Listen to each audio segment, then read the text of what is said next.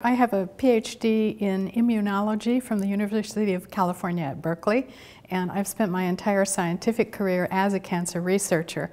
Most recently, I spent 25 years at M.D. Anderson Cancer Center, both as a researcher, a department head, and an administrator. I have recently retired from M.D. Anderson.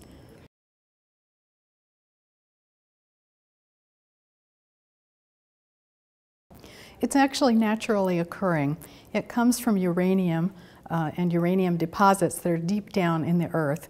And uranium decays and it makes radium and other radioactive materials.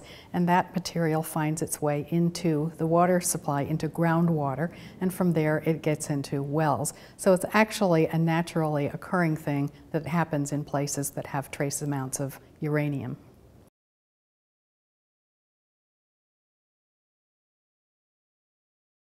In extremely high doses, radium is known to cause cancer, cancer of the bones, cancer of the blood cells, or leukemia.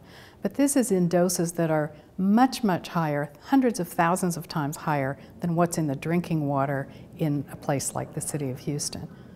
I've talked to some people from the Center for Disease Control. I've talked to some university professors who are experts in alpha radiation, and the experts that I've spoken to and also the reports that I've read from the National Academy of Sciences and other places, the experts agree that at these low levels of alpha radiation, there is not a risk of developing cancer from that radiation by itself.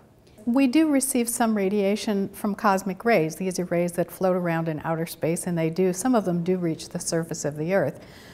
If you live at high altitude, up in the mountains for example, you will be exposed to much more radiation than we are here in Houston at sea level. And one of the experts told me that if you moved to a high altitude, you would probably receive more radiation by just moving to high altitude from cosmic rays than people will from drinking the water in Houston.